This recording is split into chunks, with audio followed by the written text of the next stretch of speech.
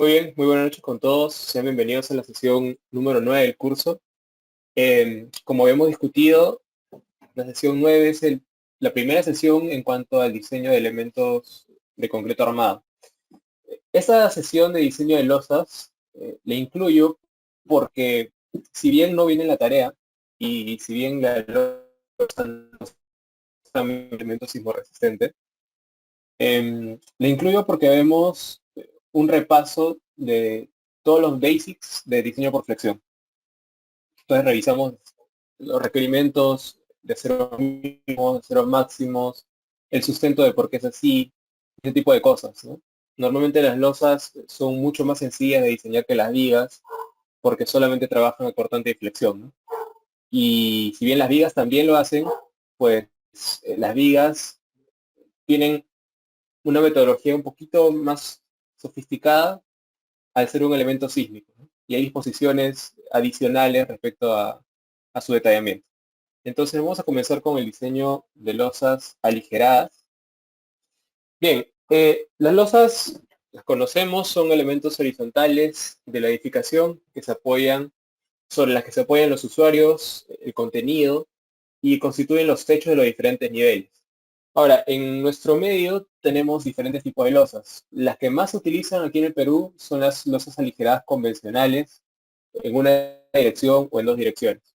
Después tenemos las losas nervadas, losas con violetas prefabricadas, que por cierto son muy utilizadas ya en edificaciones multifamiliares. Eh, Se ha diversificado mucho su uso en este tipo de edificaciones porque es más rápido de construir. Es mucho más rápido y no se requiere todo el encofrado que normalmente se requiere para una losa aligerada convencional. Entonces los constructores prefieren esta opción de aquí. Y también tenemos las losas macizas, ¿no? Que normalmente las utilizamos como para poder techar ciertas zonas donde están los baños o ciertas zonas alrededor de aberturas muy grandes, ¿no? Donde tratamos de alguna manera coser esas deficiencias, ¿no? Bien, en nuestro medio el costo por tipo de losa en sí misma, o sea, que depende únicamente del material, está en este orden, ¿no? Lo más barato es la losa ligera en una dirección, luego pasamos a la losa ligera en dos direcciones, luego las viguetas prefabricadas, losas macizas y finalmente losas nervadas con casetones. Si bien la losa nervada va a tener incluso menos concreto que una losa maciza, es más caro porque los casetones normalmente son hechos a medida. Entonces, es justamente en la obtención de los casetones que se va el presupuesto, ¿no? Que hace que se incremente. Y normalmente se utilizan para ocasiones muy especiales, donde se quieren cubrir luces muy grandes sin necesidad de elementos verticales intermedios. Eh, y donde normalmente algún arquitecto quisiera pues dejar una huella en una edificación y quiere tener un techo diferente a lo convencional. Hay otras variables que intervienen en el cálculo del costo final del proyecto ejecutado, no solamente el costo directo por el material. Y hablo de la rapidez de la ejecución y la técnica constructiva también, ¿no? Bien, este es un esquema de una losa aligerada convencional en una dirección que se utiliza aquí en el Perú. Tenemos el alma clásica de una vigueta de 10 centímetros que varía de su de total desde 20 centímetros, 25 hasta 30 centímetros de altura total. Tenemos una capita de compresión de 5 centímetros de espesor y la separación entre ejes de viguetas es de 40 centímetros.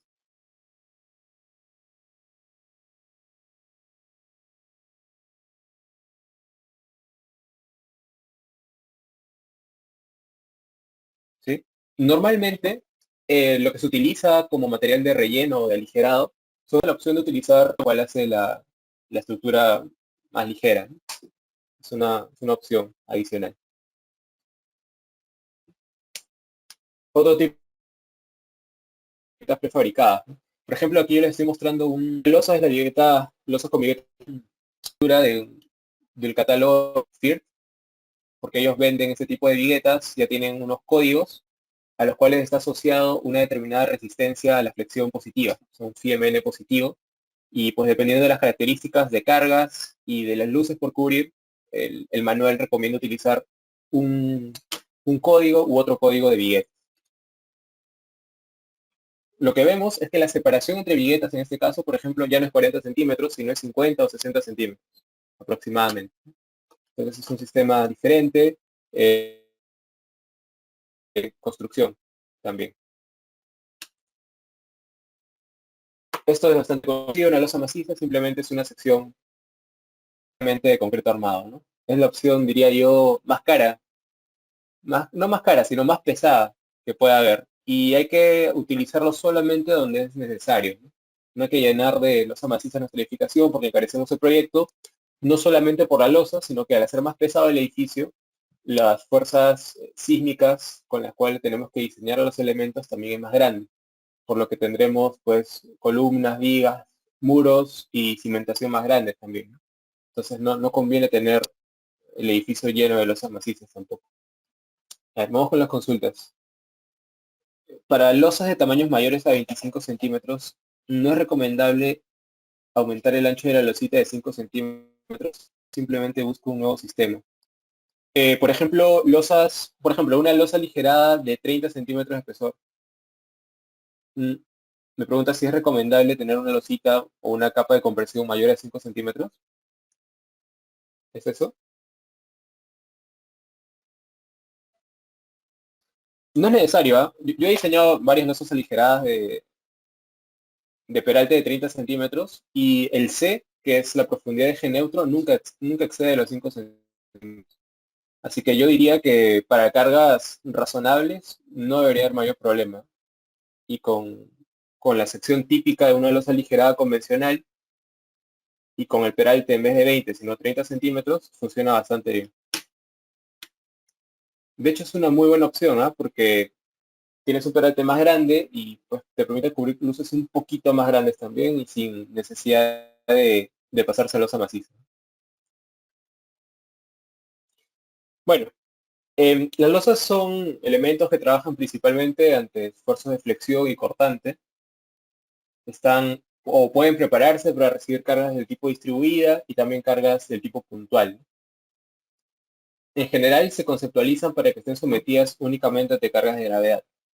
Digo esto porque hay ciertos criterios de modelamiento en los cuales la losa se integra como un elemento que aporta a la matriz de rigidez global de la edificación. Entonces se vuelve un elemento sísmico dentro del modelo. Algunas personas hacen eso. En tal caso, tendrían que diseñarse las losas no solamente para las cargas de gravedad, sino también para los efectos sísmicos. Cosa que sinceramente yo nunca he hecho y es por eso que yo trato de mantener las losas fuera de la matriz de rigidez global de la edificación, ¿no? Es por eso que la hemos modelado como elementos membrana donde se puede y donde hemos tenido que utilizar elementos shell, lo he hecho, pero bajando la rigidez a algo mínimo, ¿no? Es porque yo quiero mantener que toda la demanda sísmica se distribuya únicamente a las vigas, columnas y muros. Ahora, ¿qué tan cierto es esto? En la realidad es, bueno, se podría debatir mucho al respecto, ¿no? Una cosa es lo que yo fuerce en mi modelo, otra cosa es lo que pasa en la realidad. Entonces, simplemente un criterio que yo he seguido y que me mantengo en esa posición. Bien, las variables de interés para el análisis estructural de estos elementos son el módulo de elasticidad, el área de la sección transversal, el momento de inercia y la longitud del elemento. Básicamente los parámetros que nos permiten generar o ensamblar la matriz de rigidez de un elemento axial flexural, ¿no?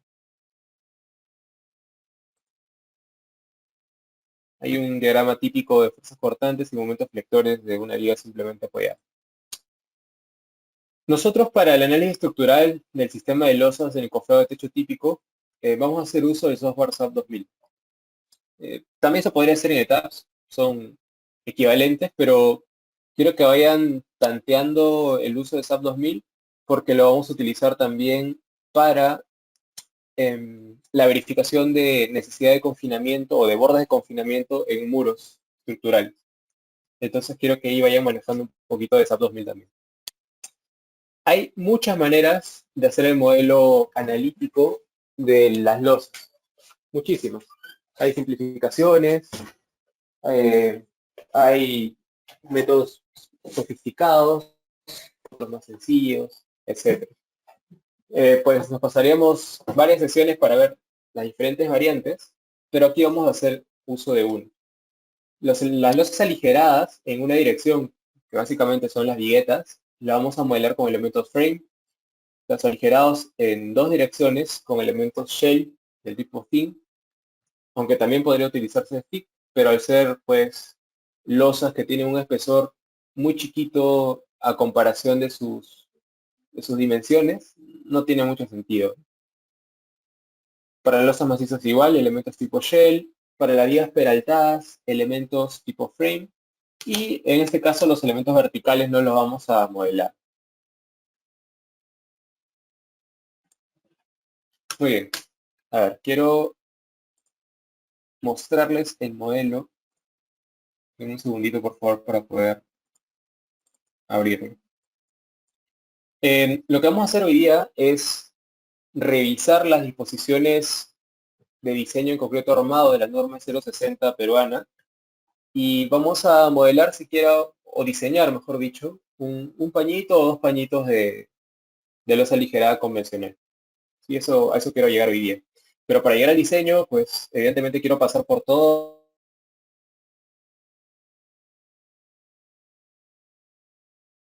el conceptual teórico. ¿Sí? Y mientras va abriendo, creo que vamos a ir revisando esas disposiciones.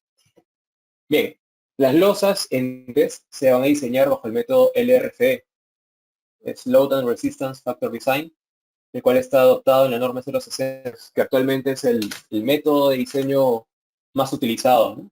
en diferentes ámbitos. Yo diría yo, pues, no sé, el 80% de los casos, tanto para estructuras de concreto armado, como para estructuras de acero. Donde no se utiliza este método es, por ejemplo, en estructuras de madera.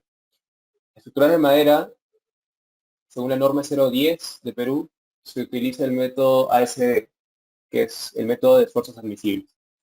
Pero para concreto armado de acero se utiliza LRFD. Entonces, por el comportamiento de las losas se realizan dos diseños, el diseño por flexión y el diseño por cortante en una dirección. Nos interesan de la norma el capítulo 9, 10 y 11. De resistencia y servicio, el 10 diseño por flexión y el 11 el diseño por cortante. Vamos a ver, esto es muy importante porque estas hipótesis de diseño las vamos a ver casi todas las clases de lo que vienen, porque lo vamos a volver a ver en vigas, columnas y muros. Yo quiero que ustedes interioricen muy bien esto. Voy a mostrarles aquí un par de imágenes y cualquier consulta que tengan, por favor, me lo hacen, porque yo no quiero que ustedes únicamente utilicen una hoja de cálculo y ya. Yo quiero que ustedes entiendan de dónde viene cada cosa. Vamos a ver. Este primer párrafo que nos dice las deformaciones unitarias en el refuerzo y en el concreto deben suponerse directamente proporcionales a la distancia desde el eje neutro. Esto es la hipótesis de Navier, ¿no? Que nos indica que las secciones planas que forman parte de esta losa o viga deben permanecer planas aún después de aplicar las cargas del tipo flexional. Entonces, esa hipótesis es importante porque nos permite pues, construir un perfil de deformaciones unitarias y asociarlo de manera sencilla a un perfil de esfuerzos también sobre el concreto y sobre el refuerzo. Hipótesis, la máxima deformación unitaria utilizable del concreto es sub CU en la fibra extrema sometida a compresión se asumirá igual a 0.003. Bien. Esto proviene pues de hacer ajustes de ensayos de compresión en concreto no confinado. Ojo, que es la capacidad última en deformación unitaria en compresión para el concreto no confinado. Realmente, cuando nosotros tenemos un elemento estructural bien confinado, este valor, o sea, la deformación unitaria en la falla, digamos, puede llegar a ser mucho más grande que esto. Y lo vamos a ver también con unos ejemplitos que tengo por ahí. El esfuerzo en el refuerzo deberá tomarse como E sub S veces la deformación unitaria del acero. Y para deformaciones unitarias en el refuerzo mayores que las correspondientes a FY, el esfuerzo se considerará independiente de la deformación unitaria igual a FY. O sea, este es el modelo elastoplástico del acero. ¿Sí? Lo vamos a ver con una imagen para que quede más claro. Tenemos una simplificación para los cálculos de resistencia nominal.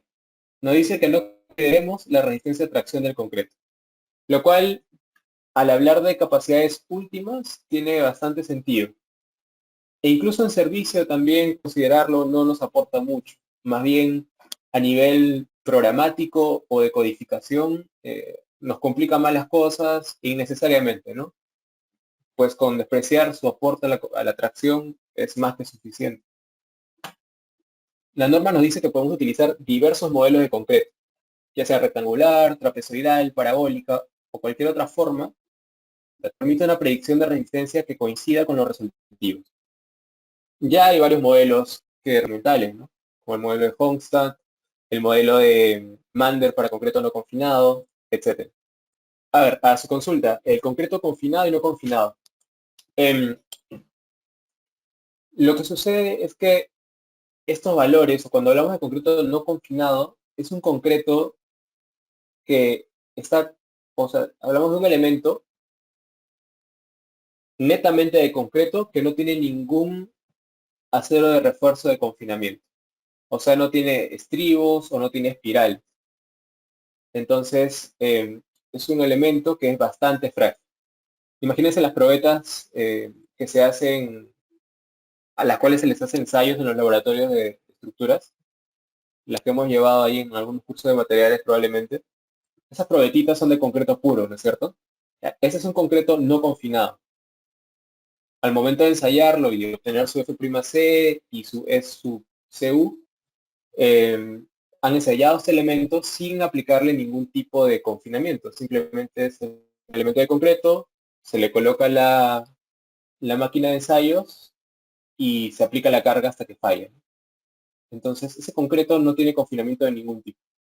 Un concreto confinado es aquel concreto que está, que internamente tiene espirales o tiene estribos. Entonces, más adelante, pues, ahí aparte de las clases, les voy a mostrar que el efecto del confinamiento en el material de concreto hace que la deformación unitaria última en la falla crezca, por lo que obtendremos un material con mayor ductilidad y también la resistencia pico a la compresión crezca. Y ya no se denomina F'C, sino F'CC, que es la resistencia pico a la compresión de concreto confinado. Ya lo vamos a ver más adelante. Bueno, también la norma nos dice, pues, puedes utilizar la distribución del rectángulo de Whitney, ¿no? Que es una simplificación. Ojo que todas estas hipótesis son para el diseño. No es para evaluar el comportamiento, entre comillas, real del elemento de concreto armado. Si queremos evaluar un comportamiento más cercano a lo real, se tienen que crear modelos no lineales. Todo eso de aquí son simplificaciones únicamente para el diseño, para el ingeniero en la práctica de diseño estructural. Estos son los modelos que les comentaba, ¿no? El rectángulo de Whitney, donde consideramos este modelo constitutivo para el concreto de presión. Modelo constitutivo hace referencia al diagrama de esfuerzo de forma unitaria, ¿no? El material. El modelo elastoplástico para el acero, donde tenemos pues el rango lineal elástico bien definido hasta el esfuerzo de fluencia y luego hacia adelante hasta que llegamos a la falla por tracción, que más o menos en Perú anda por el 9, 10, 11% de deformación unitaria en tracción. Entonces, estos son los modelos constitutivos que vamos a utilizar em, para el comportamiento mecánico de nuestros elementos a flexión. A ver, tenemos una consulta por ahí. Hablando de probetas, de concreto, por curiosidad, ¿existe otra forma de F'C que no sea en base a probetas cilíndricas? Tengo entendido que también se puede hacer con probetas tipo rectangulares. Tengo entendido que también se permite por ahí, ¿eh? En un artículo de los ensayos, de la norma de ensayo. No podría asegurar qué artículo es, pero sí lo he visto. Sí lo he visto. Muy bien. Entonces, vamos a ver, en el diseño por flexión, o mejor dicho, en el tema de flexión en general, tenemos dos principales problemas por resolver. El primer problema es calcular el acero requerido en la sección para dicha sección debido a un momento último, un momento externo último que se obtiene, por ejemplo, del análisis estructural, ¿no? Nosotros tenemos nuestro modelo, perdón, no sé si ya debe haber cargado, aquí está.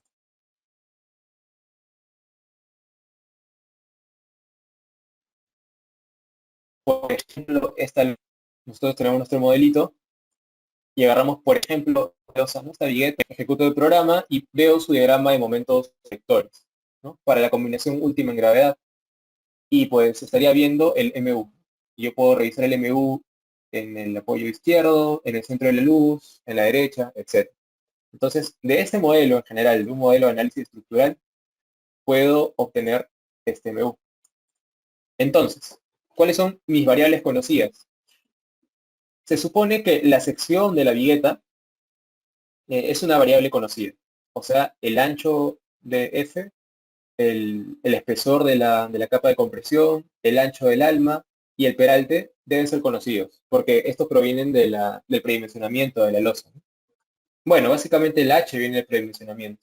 El TF es 5 centímetros para losas aligeradas convencionales. El B sub W, que es el ancho del alma, es 10 centímetros también. Y el BF, pues, es igual a la separación entre viguetas, como que el ancho tributario de cada vigueta. De verdad, hay tres expresiones para este BF, pero la que siempre gobierna es la separación entre ejes de viguetas, que es 40 centímetros en este caso, ¿no? Losas aligeradas convencionales. Además de eso, otras variables conocidas son el F'C y el Fy, ¿no? Porque nosotros definimos cuál es la resistencia del concreto que se va a usar y cuál es la calidad del acero que vamos a utilizar también. Que en nuestro medio es el acero A615 grados 60, un esfuerzo de fluencia de 4.200 kilogramos fuerza por centímetro cuadrado. Muy bien, y como les dije, ¿no? Este MU, que es el momento flector externo y amplificado, lo obtenemos de nuestro modelo de análisis estructural. Bien, teniendo todo esto, aplicando las ecuaciones de la norma 060 o si ustedes gustan de su reglamento local o el ACI 318, obtenemos el acero requerido, que esta es la variable buscada. Entonces, este es uno de los problemas que encontramos en flexión. Es un problema típico, básicamente de diseño. Pero tenemos otro problema también, que es el cálculo de la resistencia de diseño, o sea, cuánto resistencia dado un acero colocado. Esto se utiliza cuando uno está revisando, por ejemplo, que el FIMN que uno tenga instalado, o sea, la resistencia de diseño a flexión que uno tenga instalado, está por encima del MU. Si es que uno ha seguido este procedimiento de manera adecuada, esto siempre se debería cumplir. No debería haber mayor problema. Pero, por ejemplo, les pongo otro caso. Si ustedes tienen que revisar un proyecto existente, donde han ido a la inspección y, por ejemplo, le dice el dueño, bueno, yo en este piso 2 quiero cambiarle de uso, ¿no? Actualmente es una sala de estar, pero por algún motivo lo que quiere hacer es colocarlo de almacén, porque todo el segundo piso le está cambiando de uso a otra cosa, quizás comercial o algo por el estilo. Entonces la sobrecarga para la cual fue diseñada esa losa, si es que fue diseñada también, digamos que fue 200 kilogramos fuerza por centímetro cuadrado. Pero al considerarse ahora almacén, como mínimo deberíamos tener una sobrecarga de 500 kilogramos por centímetro cuadrado, lo cual es más del doble de la sobrecarga con la cual fue diseñada. Entonces ahí, por ejemplo, deberíamos conocer cuál es el FIMN a partir del acero colocado. No necesariamente vas a encontrar en planos, pero lo pueden encontrar haciendo algunos picados ahí en obra, ¿no? Entonces, primero un escaneo, un pequeño escaneo en las dietas, y luego se realiza un pequeño picado como para poder revisar cuál es el acero realmente colocado, ¿no? Normalmente en el centro de la luz. Entonces con eso pues podremos verificar en obra efectivamente cuál es el acero a su vez positivo, ¿no? Y ahora, las variables conocidas, igual la geometría de la sección, el F'C, el Fy, y con las ecuaciones del E060 nuevamente, ahora obtenemos el Φm. Y en el caso que les planteo, por ejemplo, podrían comparar ese Φm contra el Mu que se obtiene al tener las sobrecargas actualizadas, que ya no es 200, sino es 500. Si es que estamos por encima, lo cual dudo mucho, entonces no se tendría que hacer nada, ¿no? Y estaría adecuado en realidad. Pero lo que ocurre en el 95% de las veces es que se necesita algún tipo de reforzamiento. Se puede evaluar, por ejemplo, la posibilidad de utilizar fibra de carbono para reforzar la fricción de las viguetas, cual se usa bastante. En otros casos más severos, donde el Φmn es muy chiquito a comparación del nuevo Mu, se puede plantear una solución de reforzamiento con estructuras metálicas. Colocar una parrilla de estructuras metálicas debajo de esta vigueta. Lo cual también hay que revisarlo porque recuerden que hay que cumplir una mínima altura libre desde el piso hasta el fondo de las vigas, ¿no? O en general, hasta cualquier elemento que se obstaculice, que es 2,10 metros en este caso para vivienda. Entonces cada proyecto es un mundo, ¿no? Pero les comento ahí un par de cosas que he podido ver. Bueno, dependiendo de la cantidad de cero atracción que tenga un elemento, se pueden esperar tres tipos de falla por flexión. Primero tenemos la falla subreforzada, que es la que realmente deberíamos buscar tener, porque en esta falla el concreto alcanza su deformación última en compresión, o sea, el E sub Cu, mucho después de que el acero entrara a la zona de influencia. O sea, cuando se nos agota nuestro concreto a compresión, o sea, cuando termina de romperse, nuestro acero a tracción ya habrá fluido ampliamente. Entonces recordemos que nosotros buscamos estructuras que tengan modos de falla dúctiles. Si bien la losa no es una estructura sismo resistente, imaginen que ustedes están en una edificación y pueden ver como una losa tiene una pancita considerable, ¿no? Más o menos al centro de la luz. Eso, y encima ven las grietas por flexión, usted se da cuenta de que esa losa, pues evidentemente está sufriendo, ¿no? Y que es posible que las cargas que está resistiendo o las que está soportando están excediendo realmente su resistencia a flexión. Y si se mantiene en ese estado es porque el concreto realmente es bastante noble y puede existir por ahí alguna redistribución de esfuerzos o algún milagro quizás que lo mantenga ahí, ¿no? Pero por lo menos nos damos cuenta de que la losa está con una pancita, ¿no? O sea, con una pancita, las deflexiones son alucinantes, pero aún así no falla. Entonces, este tipo de cosas se logra únicamente si es que nuestra sección o nuestro elemento es dúctil. Entonces, nosotros tenemos que preferir que en falla por flexión sea del tipo subreforzada, ¿sí? Para que cuando ocurra esta pérdida del concreto en compresión o se llega a su agotamiento, pues ya haya entrado el acero al rango inelástico hace mucho, ¿no? Y podamos observar grandes deformaciones en el elemento. Este esquemita es muy importante. Es muy importante para cuestiones de diseño y también para análisis no lineal. Les comento por qué. Porque esta es la base para poder realizar, por ejemplo, si ustedes quisieran un diagrama momento-curvatura. Me imagino que han estudiado eso en sus clases de concreto, ¿no? Quizás lo vienen estudiando ahora también. Diagrama momento-curvatura, ¿recuerdan? Del curso de concreto. Quizás alguno haya hecho un diagrama con 3 puntos nada más. El momento de agrietamiento, el momento de influencia y el momento último. No sé, sí, comentarios. Bien, Oscar sí lo han hecho. Evelyn también. Ya, perfecto. Esos diagramas momento curvatura que estudiamos en la universidad, en el pregrado por lo menos, son bastante básicos, pero sí nos da una buena idea de cuál es el comportamiento más o menos, un poquito más real de la estructura, ¿no? Ahora, Estos diagramas ustedes lo han hecho en base justamente a estos modelos, que son los más básicos, ¿no? El concreto no confinado, quizás con el rectángulo de Whitney y con el acero elastoplástico. Sin embargo, un diagrama de momento curvatura más elaborado lo que hace es utilizar un concreto confinado y utilizar un modelo constitutivo del acero de refuerzo con su comportamiento completo, que incluye la zona por endurecimiento, ¿no? Que está en la zona de deformaciones grandes del acero de refuerzo de tracción.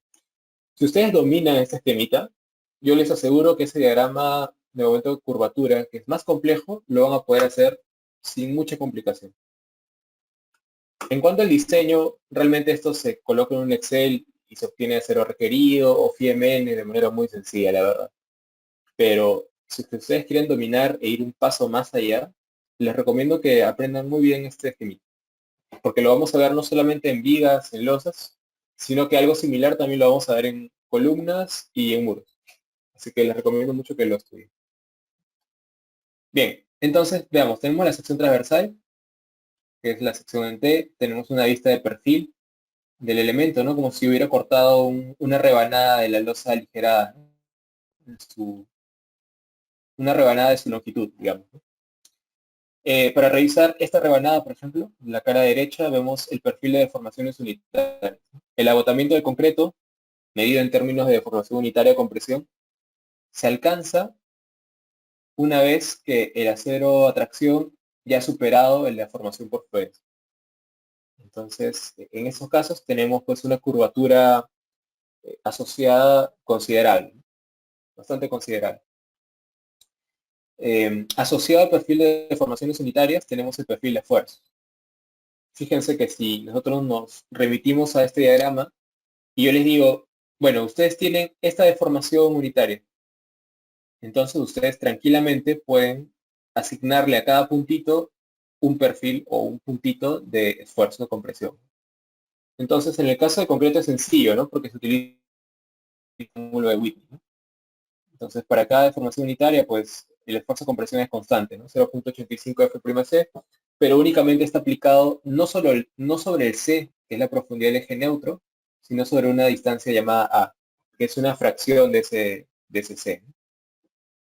Por otro lado, si es que ustedes tienen la deformación unitaria del acero de refuerzo y saben que es mayor que la deformación unitaria en influencia, entonces ya saben que el esfuerzo en el acero es igual a Fy, ¿no? Según el modelo elastoplástico, que es lo que nos dice la norma que tendríamos que utilizar.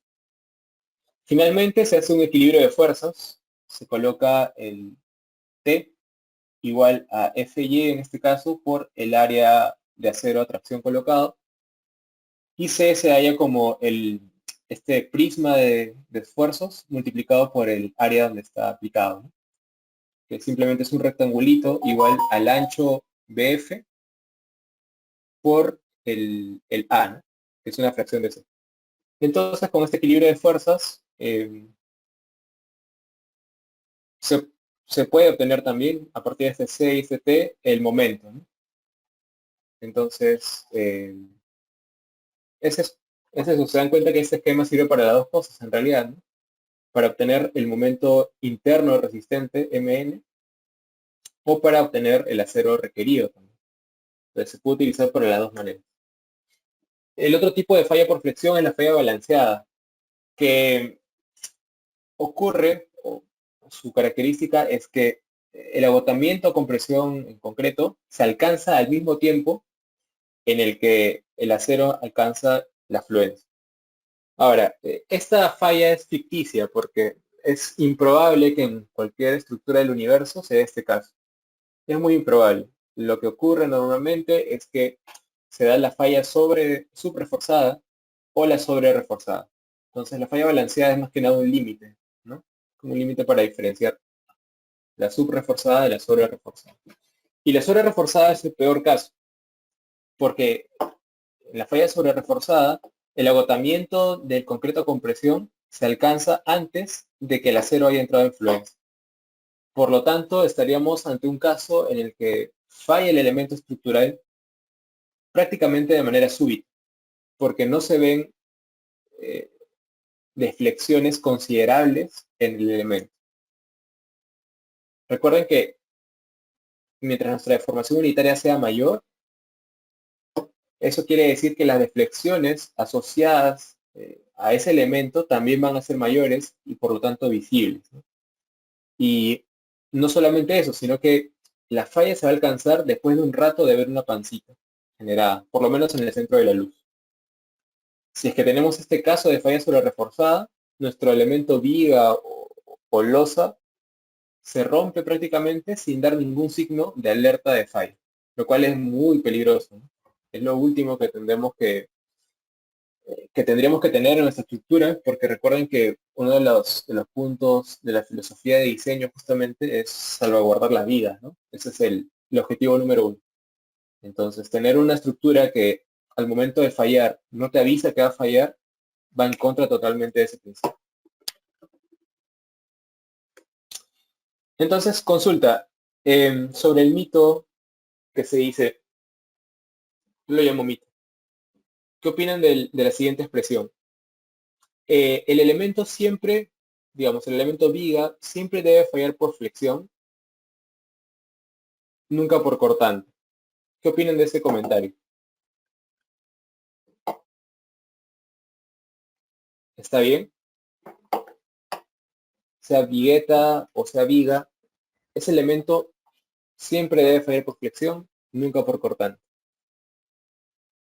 ¿Ya? ¿Está bien? ¿Verdadero? ¿Sí? Ya se animan todos.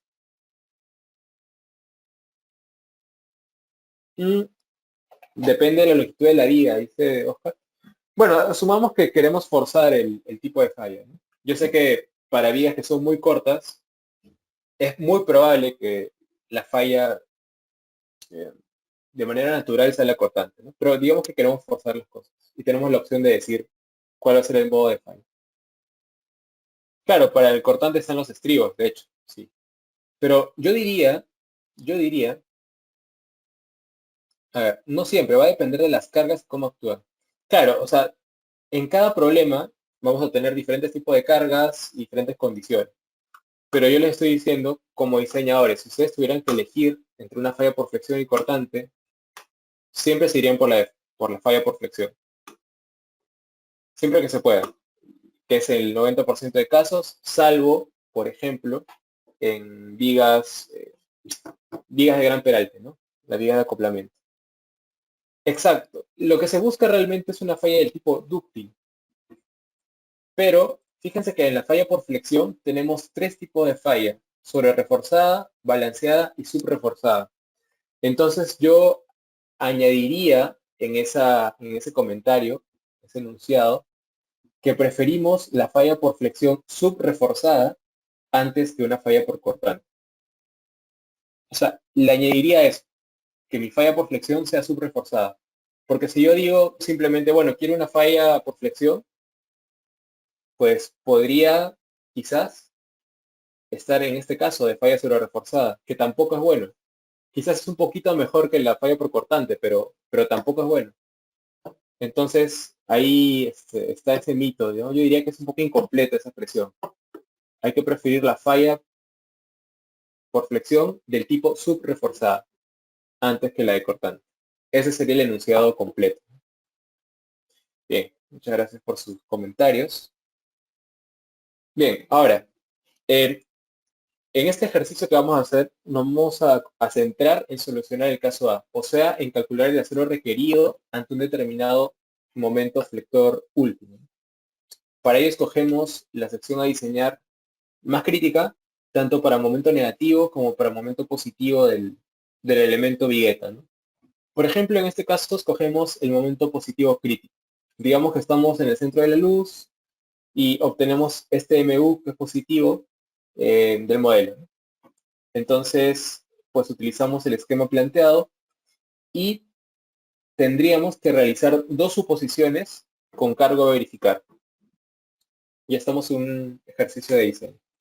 Primero tenemos que asumir que el bloque de compresiones se encuentra efectivamente dentro del ala al momento de la falla.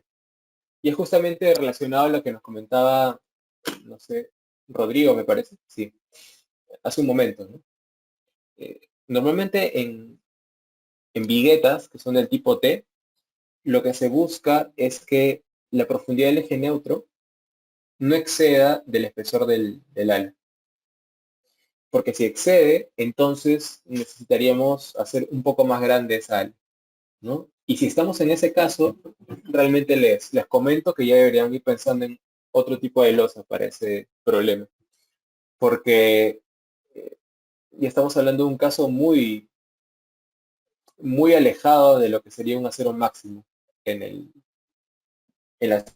Entonces, vamos a hacer esas dos. Bueno, esa es una suposición. Y la siguiente opción es que el tipo de falla va a ser subreforzada. Ojo, estamos en el caso de calcular el acero requerido. Tenemos toda la geometría y tenemos el MU.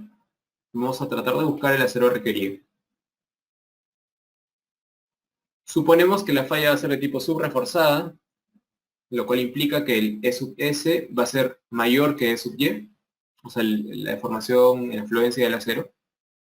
Y vamos a asumir que la profundidad del eje neutro va a ser menor a 5 centímetros.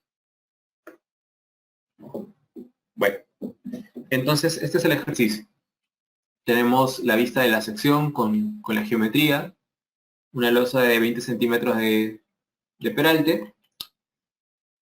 Tenemos la rebanada longitudinal, tenemos el perfil de deformaciones unitarias y ojo a este dato, cuando diseñamos a flexión, lo que sí es constante es que estamos definiendo que la falla se da cuando el concreto llega a su agotamiento. O sea, cuando el S sub C es igual a 0.003. Esto es una definición. Que la resistencia de flexión del elemento acaba cuando se da esa condición en el concreto. ¿Ya? Eso es una definición. Bueno, planteamos el C. D es el valor del peralte efectivo, que es la distancia desde la fibra más comprimida hasta el centroide del acero de refuerzo colocado. ¿Sí? Ese es D. Luego, nos pasamos al perfil de esfuerzos y planteamos el esquema, ¿no?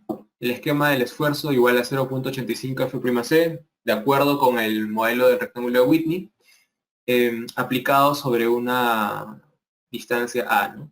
Que es un poquito menor a C.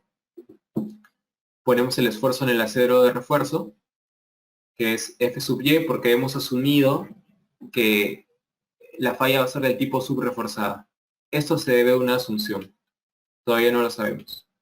Y finalmente el esquema es, viene el MU, entonces tiene que haber un par interno que sea resistente.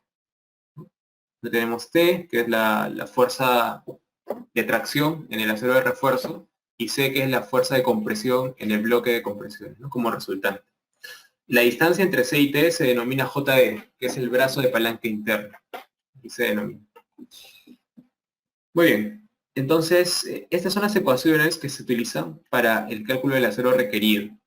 Estas ecuaciones se deducen de los esquemas presentados líneas arriba, y hay otras que se deducen o se obtienen de los artículos de la norma 060. Por ejemplo, el rectángulo de Whitney indica que el valor de A es igual a beta 1 por C, donde beta 1 se halla como una función del F'C.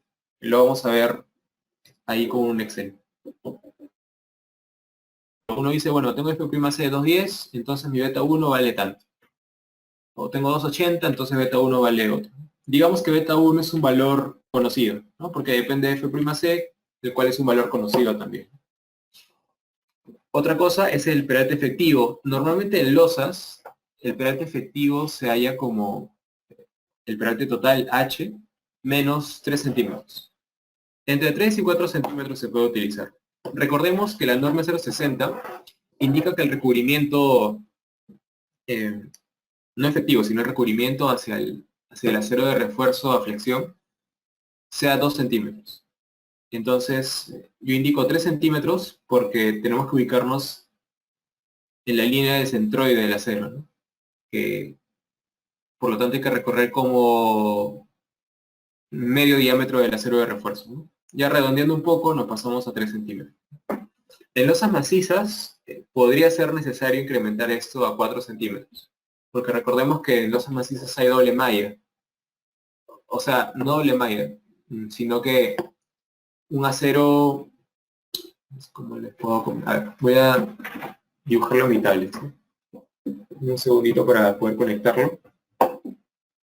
Ya, muy bien. Entonces, ya deben estar viendo el esquemita. Bueno, lo que les comentaba es lo siguiente, ¿no?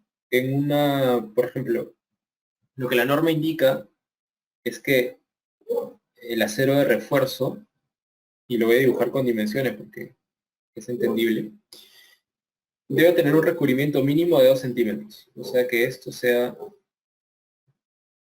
2 centímetros.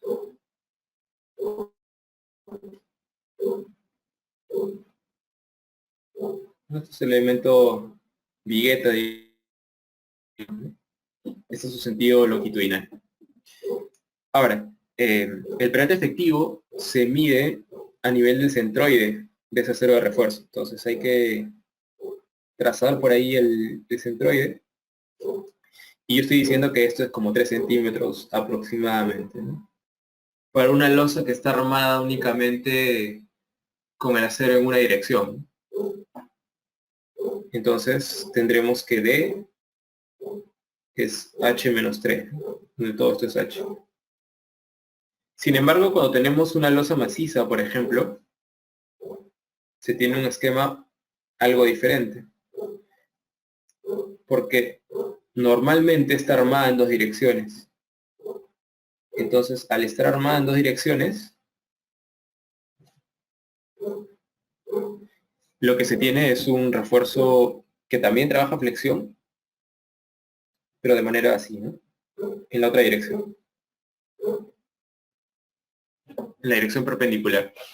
Entonces, para la flexión, pues que está fuera del plano, digamos, perpendicular a este plano de la imagen, yo tendría que utilizar un peralte efectivo más grande. Porque este valor ya no va a ser 3, sino que va a ser aproximadamente 4. Aproximadamente. Entonces, para la flexión que es perpendicular a esta imagen, yo tendría que utilizar un D igual a H menos 4 centímetros. Ahora, me dicen, bueno, yo en obra no sé cómo lo van a hacer, ¿no? De repente lo van a hacer una dirección la más favorable, o sea, este cero de refuerzo, perdón, un poquito, ya. Lo que quiero decir es que ustedes no van a si tienen un paño horizontal, ver finalmente cómo en obra lo van a resolver, ¿no? O sea, si no saben si el acero que está orientado en X va a ser el que va a estar más abajo, o si el acero orientado en Y va a ser el que va a estar más abajo. O sea, ustedes eso no lo pueden hacer. En unos planos lo indican, o sea, indican cuál es el que quieren que esté por debajo, pero la verdad lo veo muy improbable de cumplir, ¿eh? Muy improbable. Entonces, para tal caso, en losas macizas, siendo conservadores, se utiliza, o bueno, yo utilizo por lo menos, D igual H menos 4 para los dos sentidos.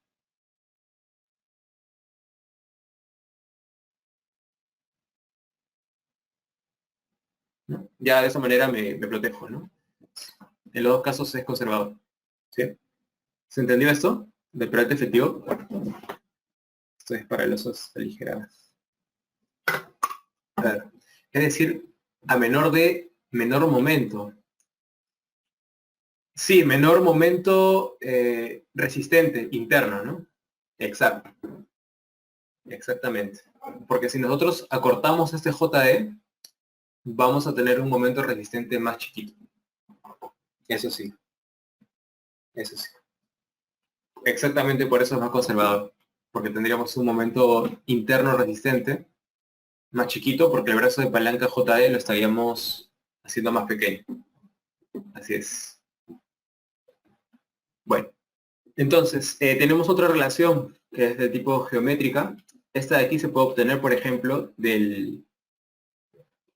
de una equivalencia de semejanza de triángulos en el perfil de deformaciones unitarias, ¿no? SU entre C es igual a ES entre D menos C, ¿no? Que es este segmentito de acá. Sencillo. La resultante de compresiones se halla como el esfuerzo en el bloque de compresiones multiplicado por el área donde está aplicado, ¿no? Que estamos asumiendo que solamente es en una parte del ala, ¿no? O sea, B por F multiplicado por A. La tracción igual a el esfuerzo de fluencia, porque hemos asumido que la falla es subreforzada, multiplicado por el acero requerido, que todavía no conocemos. Eso todavía no lo conocemos. Entonces se tiene que cumplir el equilibrio de fuerzas en X, con lo cual C tiene que ser igual a T.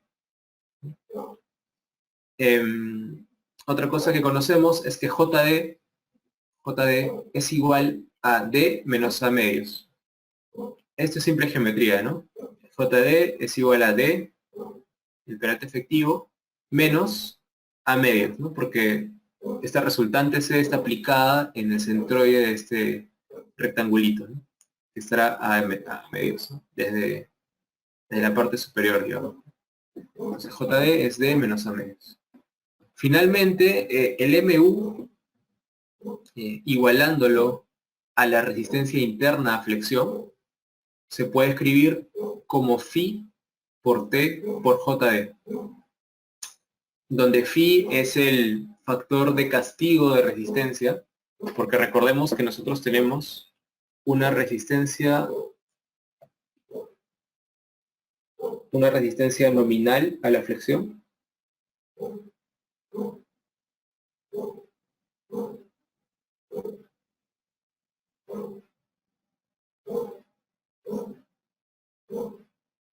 Y aparte tenemos una resistencia de diseño a la flexión.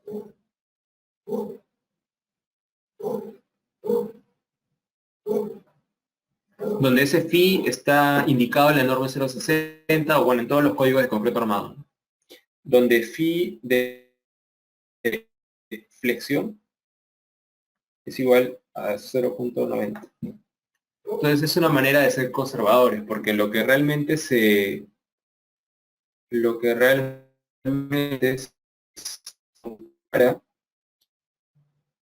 es que, perdón, sea mayor o igual a MU. Esta es la ecuación, mejor dicho. Esa es la inecuación del diseño por resistencia. Eso es lo que estamos procurando. Que se cumpla siempre eso.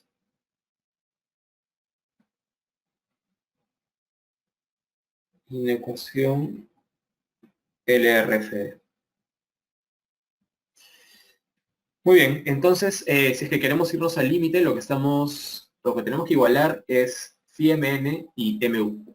Entonces, por eso les digo que en esta diapositiva, el mu se está igualando a phi mn, donde phi es ese factor de castigo, se calcula como cualquiera de las dos fuerzas. A mí siempre se me hace más fácil agarrar la tracción, T por el brazo de palanca, ¿no? Donde T por el brazo de palanca es mn, el momento nominal resistente, ¿no? Y está, en realidad combinando todas estas ecuaciones podemos pasar a calcular el acero requerido. Pues las reordenamos, hacemos un poco de álgebra y llegamos a las siguientes ecuaciones por resolver, ¿no? Tenemos que primero calcular cuánto es ese valor de A, lo cual está en función del perante efectivo, del momento último en valor absoluto, de F'C, de BF, de puros valores conocidos. Y pues calculamos el acero requerido utilizando también MU, que es conocido, el esfuerzo de fluencia, el perante efectivo y el valor de A que acabamos de encontrar, ¿no? Y es eso. Entonces, después de aplicar esto, vamos a calcular el valor de C, que es la profundidad del eje neutro, para poder verificar si es que lo que habíamos hecho o nuestras asunciones son correctas. Recordemos que habíamos dicho que el bloque de compresiones, o sea, que la profundidad del eje neutro, C, sea menor que estos 5 centímetros. Entonces, al calcular C, tenemos que encontrar que C sea menor que 5 centímetros. Otra cosa que, por lo cual tenemos que calcular C, es que la tenemos que meter en esta ecuación de acá, para poder calcular el esfuerzo tracción del acero. Porque ya tenemos SU, tenemos D, y ahora teniendo C, tenemos que calcular esto. Y esto para verificar efectivamente que la falla que estamos encontrando es del tipo subreforzada, porque esa ha sido una de nuestras hipótesis, que el tipo de falla es subreforzada. Ahora, ¿qué pasa si es que no es la falla del tipo subreforzada? Entonces, estaríamos en un problema, ¿no? Porque tendríamos que volver a hacer el cálculo, lo cual realmente no es tanto problema, y tenemos que cambiar un par de cositas. El hecho de que Fs no va a ser igual a Fy, sino que Fs va a ser igual a la deformación unitaria por el módulo de elasticidad del acero. Ya, bien.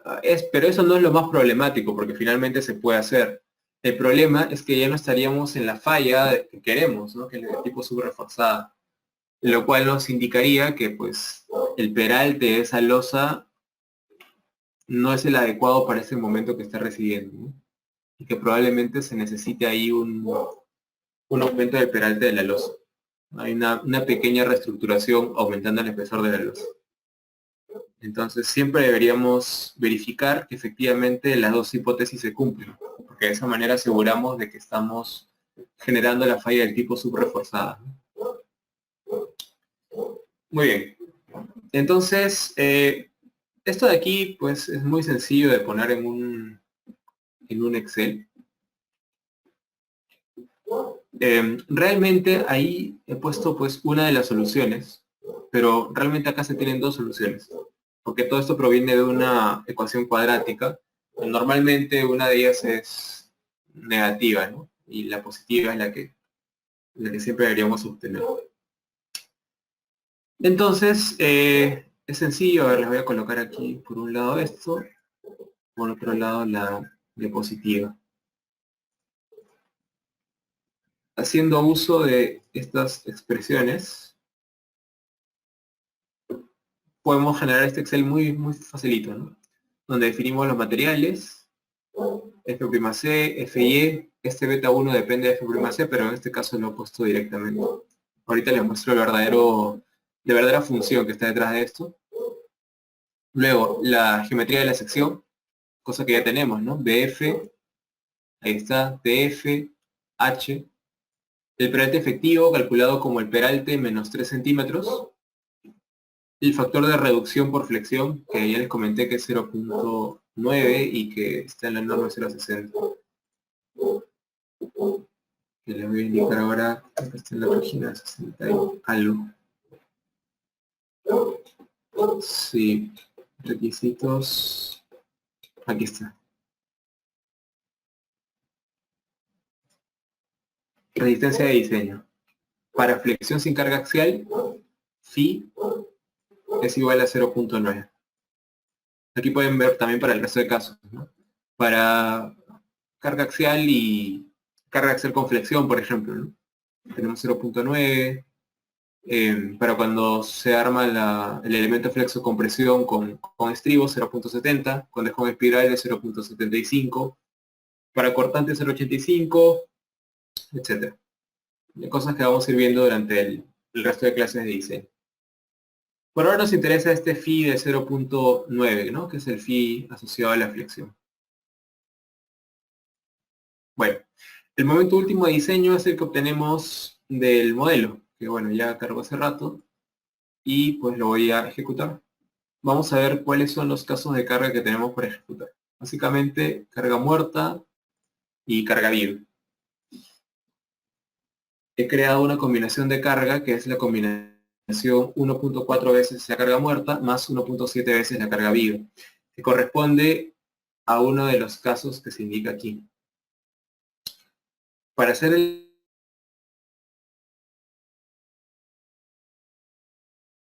generar una serie de combinaciones de diseño, nosotros necesitamos últimas de carga. Que para elementos que solamente trabajan a cargas de gravedad, pues únicamente manda esto de aquí. O sea, carga muerta y carga viva, ¿no? La resistencia última se calcula como 1.4 veces la carga muerta más 1.7 veces la carga viva. Nada más. Para cuando veamos elementos con carga sísmica, pues utilizaremos combinaciones más grandes, ¿no? Como esta, que incluye carga muerta, carga viva y la carga de sismo también, ¿no? Entonces, por ejemplo, en el caso de una viga tenemos que considerar esta combinación, tenemos que considerar esta otra y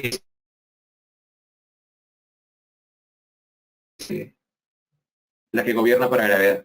Finalmente esta, ¿no? Que es la de ahí esas tres combinaciones básicas, digamos. Ya está. Bueno, en este caso he definido esta combinación de carga bastante sencilla. Carga muerta por un scale factor de 1.4, la carga viva por el scale factor de 1.7, y esto es una suma lineal, ¿no? Perfecto. Nada del otro mundo, y ejecutamos el modelo. Bien. En este modelo, la vigueta que tiene ese SMU de 0.75 positivo es, me parece, una de estas. O no recuerdo, o era una de estas. Creo que es una de estas de aquí. 0.65. Sí, estos son un poco más. ¿O era esto? Ah, sí, era esta, era esta. Eran estas viguetas. Fíjense que realmente aquí su diagrama no es del tipo simplemente apoyado, porque existe continuidad por la izquierda, ¿no? O sea, por este lado. Y por la derecha, pues tenemos simplemente una viga peraltada. No sé si recuerdan el plano, pero lo voy a ir abriendo para comentarlo. Acá está. Entonces, ese es su diagrama de momentos últimos, en realidad, ¿no? Amplificadas. Estamos viendo el momento 3.3 para las cargas amplificadas.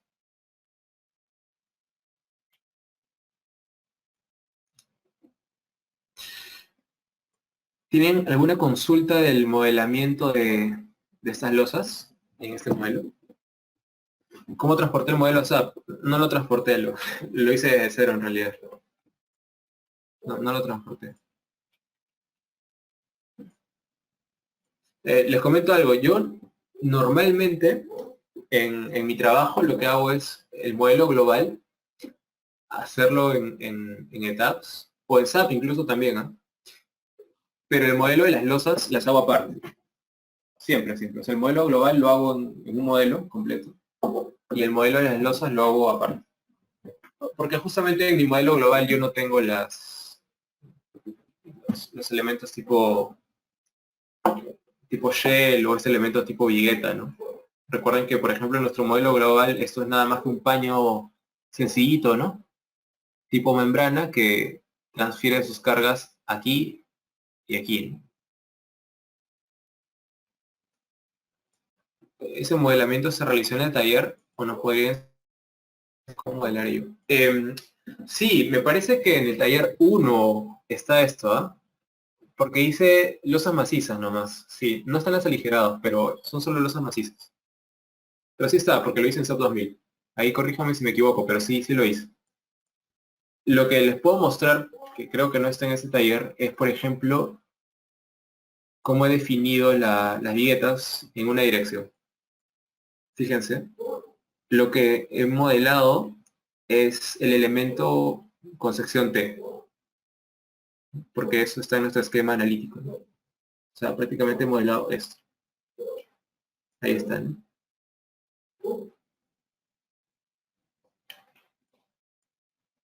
Con ahí una property modifier, ¿no? De un torsional constant bajito, o sea, le estoy imponiendo una rigidez torsional bajita también a este elemento, similar a lo que hacemos para vigas, similar. La masa y el peso les he puesto 0 porque le he agregado la carga distribuida aparte, de manera externa. Es eso de ahí. Las vigas peraltadas las he modelado con su sección bruta, ¿no?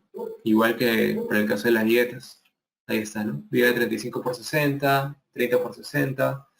Sin mucho que decir, ¿no? Sin más en realidad y con constante torsional bajita, ¿no? En este caso no le he puesto. Realmente lo que estamos haciendo aquí es analizar las losas, ¿no? Entonces, el que yo le coloque las cargas a estas vigas no me va a cambiar mucho las cosas. Realmente no le va a hacer mucho a las losas. Entonces, lo importante sí es que las losas tengan sus cargas, ¿no? Por ejemplo, otra cosa, el aligerado en dos direcciones sí lo tengo modelado como elemento tipo shell. Ah, y comenten ustedes, aprovechando su interés por aprender esto.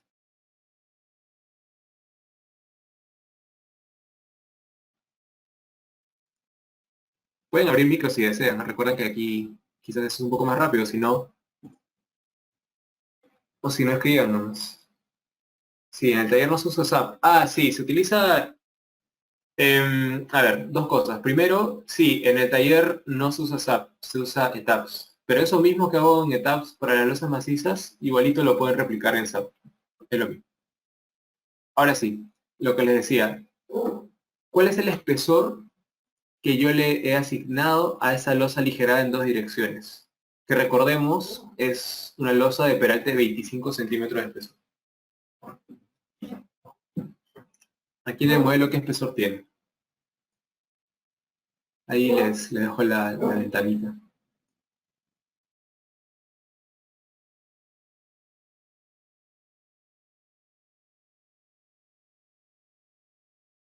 ¿Se lo pueden leer? Está ahí, está explícito, está escrito.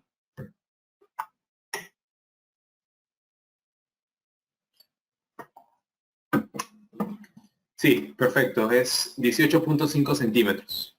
Ya. No es 25 centímetros. ¿Y alguien tiene alguna idea de por qué podría ser que tiene 18.5 centímetros? Y ojo, no tiene que ver con el peso. No tiene que ver con el peso porque en este caso le he quitado el peso también con los Property Modifier. Y el peso se lo he asignado como carga externa. No tiene que ver con el recubrimiento. Sí, así es, Yamil, y por interno también. Tiene que ver con la rigidez. Exactamente. Exactamente, Oscar. Ya lo dije. Para los que no se han dado cuenta todavía, es lo siguiente. Yo lo que he generado es un espesor equivalente por el momento de inercia. Imagínense que yo tengo aquí una viguetita. Bueno, en realidad es un conjunto de viguetitas, ¿no? Es un conjunto, ¿no? Es algo así, ¿no? Imagínense que yo agarro un metro, ¿no? Un metro o 100 centímetros, ¿no? En planta, digamos, ¿no?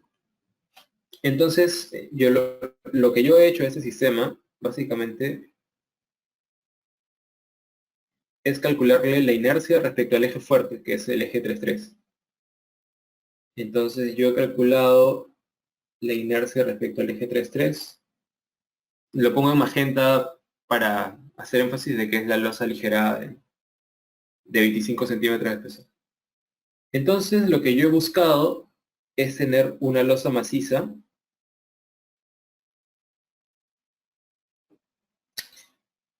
que tenga también un momento de inercia respecto al 3,3, pero que tenga pues un peralte así, ¿no? H.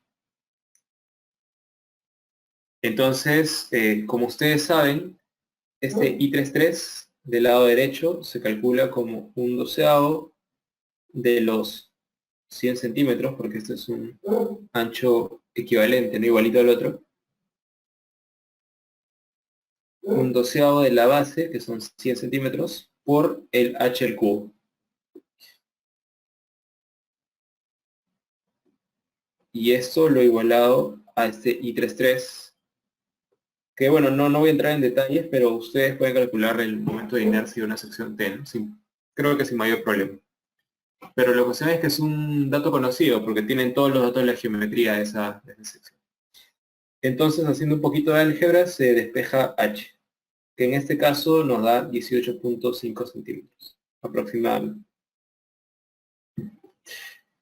Entonces, lo que yo he hecho en SAP es como modelar una losa, como si fuera una losa maciza, ¿no? De espesor 18.5 centímetros, tal que su momento de inercia respecto al eje fuerte sea igual que el caso real, ¿no? Que es la losa aligerada de 25 centímetros de espesor. Y por eso es que nos hemos matado un poco buscando ese h, ¿no? Para eso ha sido este ejercicio. Así es. ¿Y por qué es tan importante encontrar esto? Recordemos que las interacciones entre elementos,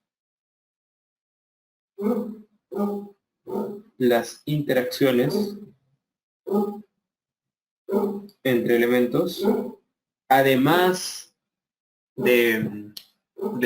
además del efecto de los apoyos y todo ello, depende de la rigidez de cada uno que compone el sistema.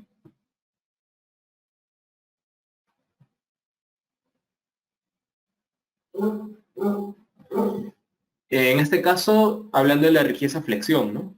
Y recordemos que, pues, un parámetro que nos da una buena información de la rigidez a flexión es E por I entre L, donde E es igual para todos los elementos en este caso, porque todos tienen el mismo concreto. La longitud está dada por la geometría en el modelo, y bueno, I es justamente el momento de inercia de la sección. Entonces yo necesito tener bien este I y que sea compatible con el resto de elementos. Entonces en mi modelo yo tengo un elemento tipo losa maciza de 20 centímetros de espesor. Entonces ya, bacán, ese elemento pues tendrá un peralte de tipo membrana y tipo flexión de 20 centímetros. Perfecto, está muy bien. Pero yo no puedo tener una losa aligerada con 25 centímetros de espesor aquí, porque tendría una rigidez más grande que la de la losa maciza de 20 centímetros. Entonces, no necesariamente eso es cierto, pero lo que hay que hacer es ajustarlo a lo que sería si es que fuera una losa maciza equivalente, para lograr que exista una compatibilidad, ¿no?, entre estas rigideces a flexión. Consulta. ¿Es para replicar el comportamiento estructural? No diría el comportamiento estructural real, diría más bien para lograr esto, que las rigideces a flexión de los elementos entre sí sean compatibles y sean comparables, para que la distribución de las fuerzas internas sea adecuada al comportamiento para eso. Porque recuerden que la distribución de fuerzas internas depende de la rigidez a flexión que tenga cada elemento que estemos hablando. ¿Sí? Entonces, ojo con eso. Muy bien. Es por eso que lo hice de esa manera. ¿Sí? Lo hice de esa manera. Y de ahí creo que no tenemos otro. Ya vimos el de la viga. Y eso es todo. Los elementos verticales no los he modelado. Está la opción de que ustedes lo puedan modelar. Pero si lo hacen, lo que deberían hacer es tener el elemento vertical por arriba y por abajo, ¿no? Como si tuvieran una columna, un frame por arriba del nivel horizontal y un frame por abajo del nivel horizontal. Y en los extremos que no toquen al plano analizado deben tener un empotramiento. Así sería. Y para los elementos tipo muro, por ejemplo, se pueden revisar se pueden utilizar elementos tipo shelfing, por ejemplo, o tipo shelfing. Los momentos de la losa no se pueden ver en el modelo de tabs. Sí se puede, pero solamente de la losa de esta, ¿no? De la losa maciza. Porque eso sí lo tenemos modelado en tabs. Pero de esto no podemos, porque está como membrane. Y de las viguetas tampoco, porque está como membrane también, ¿no? Entonces ahí no podemos. Si es que lo hubiéramos modelado las losas aligeradas como elementos tipo rift, son tipo nervaduras, creo que ahí sí se puede. Creo que ahí sí se puede revisar. Pero bueno, yo acostumbro hacerlo con membrane y de esa manera no se puede. El SAP 2000 también modelaría las losas del sótano. Sí, sí, claro, o sea, cualquier losa en realidad. Ahí me gusta hacerlo en SAP 2000 por un tema de costumbre. O sea, todo el sistema de losas del sótano también se puede hacer acá sin problema. En realidad el SAP 2000 es bastante versátil y se pueden hacer estructuras mucho más sofisticadas de lo que se harían en ETAPS, porque ETAPS está pensado solamente en edificaciones, ¿no? Tipo reticulado. En cambio en SAP se pueden hacer estructuras tipo domo, tipo reservorios circulares, apoyados, elevados, estructuras tipo cercha, etcétera. La carga aplicada a los frames es distribuida de acuerdo a su área tributaria. Sí, ahorita les muestro. Pero si un espesor equivalente en ETAPS no me daría lo mismo. Pero es que si en ETAPS lo modelas como membrane, no podrías verlo, ¿no? Si lo modelas como tipo shell y sin rigidez, ahí sí puedes verlo. O sea, claro, si haces eso mismo, o sea, si llevas tipo esto al modelo de tabs, sí podrías leer los momentos. Como maciza, exacto. Igualito que estamos haciendo acá. Pero el gran problema, Oscar, ahí es el costo computacional. Porque recuerda que tenemos muchísimos nudos. Y mientras más nudos tengamos, entonces tenemos más grados de libertad. Y mientras más grados de libertad tengamos, la matriz de rigidez es más grandota, ¿no? Porque la matriz de rigidez tiene dimensiones de n por n, donde n es los grados de libertad. Entonces, cada uno que aumentes, o cada grado de libertad que aumentes, lo que aportas de la matriz de rigidez realmente es el cuadrado, ¿no? Como n al cuadrado. Entonces, no es bueno llenar el modelo global con tantos grados de libertad, ¿no? Porque demoraría muchísimo en correr. Demoraría mucho. No te lo recomiendo, la verdad, por ese tema. Por eso también es que hemos tratado de que la discretización en los elementos tipo muro no sea tampoco tan tupida, ¿no? 75 centímetros funciona bien. Y hacerlo más chiquito que eso es innecesariamente cargar demasiado el modelo, desde mi punto de vista. Bueno. Sí, justo eso iba. A ver, vamos a ver dos cositas en este modelo y luego seguimos con la clase. Em, lo primero es ver las cargas, que vamos a verlo primero esquemáticamente aquí. Como comentaba su compañero, las cargas en los frames se aplican de tipo distribuida, ¿no? Tenemos dos, tipo distribuida y tipo puntual. Por ejemplo, si es que tuviéramos que las viguetas, como en este caso voy a abrir AutoCAD, imaginemos este caso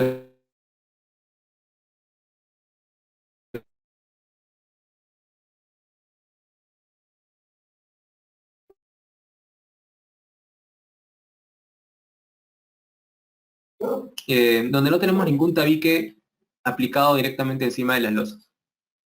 Propio y terminado. Entonces, eso de ahí se calcula de la siguiente manera.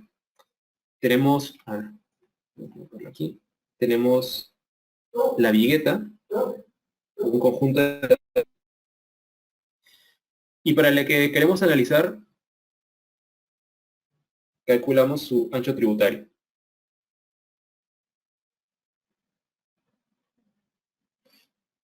Donde el ancho tributario en este caso es igual al espaciamiento entre ejes de viguetas. Entonces, lo que se le va a asignar como carga a esta vigueta corresponde a todo lo que esté en este espacio,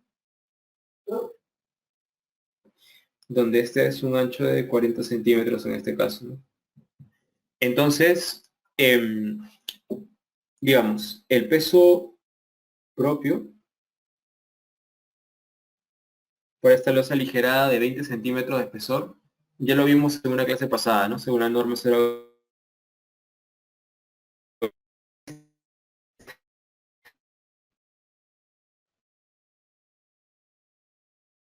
por metro cuadrado. A esto le multiplicamos el ancho tributario, que en este caso es 40 centímetros, y podemos obtener una carga lineal uniformemente distribuida sobre esa vigueta, ¿no? Que en este caso me da 300 por 0.4, 120. 120 kilogramos fuerza por metro. Lo mismo hacemos para el piso terminado, ¿no? Los acabados, que es 100 kilogramos fuerza por metro cuadrado por el ancho tributario. Hacemos lo mismo, en este caso es 40 kilogramos fuerza por metro lineal. Y para el caso de la sobrecarga, similar, ¿no? Sobrecarga por vivienda multiplicado por el ancho tributario. En este caso nos da 80 kilogramos fuerza por metro lineal. Entonces, lo que tendríamos en este caso es que la carga muerta es peso propio más piso terminado, 160 kilogramos fuerza por metro, y la carga viva sería igual a los 80 kilogramos fuerza por metro. Entonces, esto tendría que estar aplicado en el modelo. Vamos al modelo, a cualquiera de estas, y vemos sus cargas, loads. En carga muerta, 0.16 toneladas fuerza por metro, ¿no? Que es lo que habíamos calculado ahorita. Ahí está. Voy a mover esta pantallita, no se puede. Bueno, y la viva 80 kilogramos fuerza por metro lineal, que también está ahí indicado en el modelo. Si no le ponemos en kilogramos fuerza por metro, ya está, para que se vean tal cual. Perfecto. Ahora, ese es el caso en el que no se tiene ningún tabique que sea perpendicular al eje de las viguetas. Ahora, ¿qué pasa cuando tenemos tabiques perpendiculares al eje de las viguetas? Lo cual puede pasar, ¿no? Imagínense que, por ejemplo, aquí tenemos un tabique que pasa así, por encima de las viguetas, de manera perpendicular. Hay que continuar. Entonces, en ese caso, adicionalmente a lo que ya hemos calculado, hay que calcular una carga puntual. Fíjense que ese tabique, la vigueta lo carga parcialmente.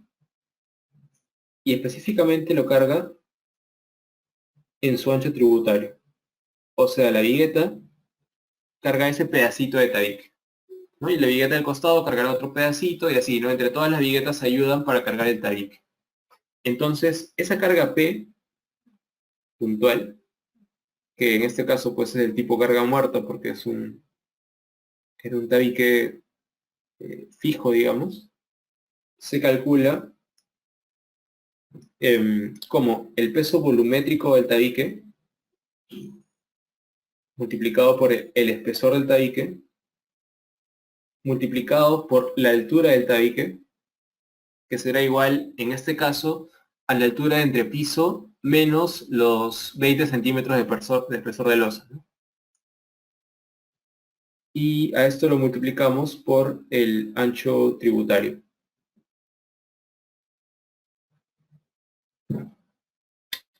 Vamos a ir con los números por ahí. No sé si... Creo que sí tenemos casos de esos en este modelo. Creo que sí lo llegué a incluir. Casos...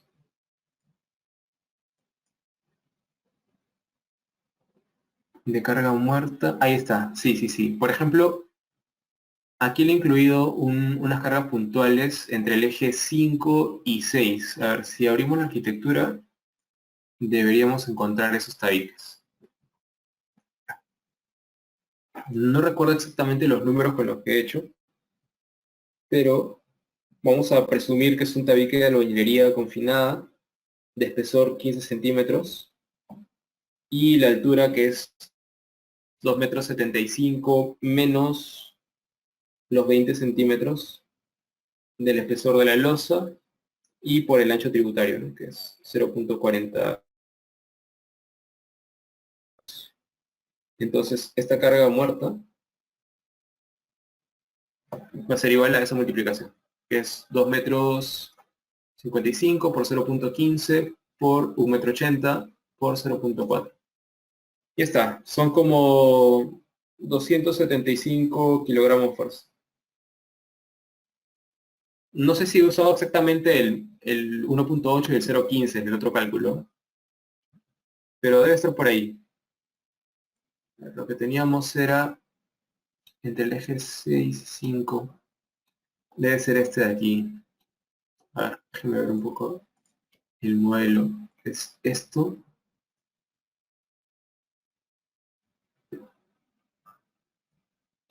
Si no me equivoco es esto.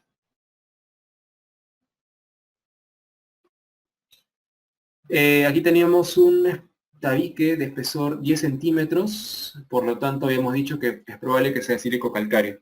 Entonces en ese caso esto es 2, espesor métrico de 2, un espesor de 10 y el resto se mantiene igual. Entonces recalculamos 2 metros 55 por 0,4 por 2 por 0,10, 200. A ver, si fuéramos estrictos en ese caso, tendría que haber colocado una carga puntual de 200 kilogramos fuerza. Ahí se me fue un poco y le he colocado 300. Seguramente que para el ejemplo que hice en ese entonces le coloqué, lo asumí como un tabique de albañilería confinada. Pero bueno, ya se dan cuenta que realmente no hay mucho que cambiar, ¿no? O sea, solamente el peso volumétrico, el espesor, y se actualiza automáticamente este valor de la carga puntual. Y nada más. Para asignar esa carga puntual, lo que se hace es darle clic a la vigueta en cuestión. Nos vamos a asignar, a ver, vamos a dejar de ver el modelo, asignar frame load, una carga tipo punto. Entonces, lo que a mí me gusta hacer es cambiar esto a distancias absolutas. Desde el nudo I nos vamos una cierta distancia en metros, ¿no? Hacia el punto donde está el tabique. Que por ejemplo en la arquitectura lo podemos medir, ¿no? Desde el eje hasta donde está el tabique son como 2,90 m.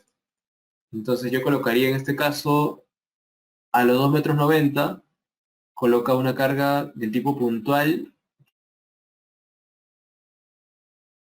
la gravedad, ¿no? Que sea una fuerza. Y la carga que sea, pues en kilogramos fuerza serían 200. Entonces yo haría clic en aplicar y me quedaría ahí mi carguita puntual. Ahí está, ¿no? De 200, por ejemplo. Y ya está. Solamente eso. No, no hay nada del otro mundo.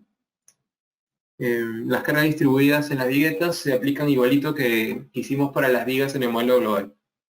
Simplemente la carga distribuida. Eso ya lo hemos revisado. Entonces se dan cuenta que no es tan complicado en realidad modelar las losas aligeradas y cargarlas. Y bueno, modelar las losas macizas o aligeradas en dos direcciones tampoco es tan complicado, ¿no? Utilizando un elemento tipo shell y en el caso de las losas aligeradas en dos direcciones,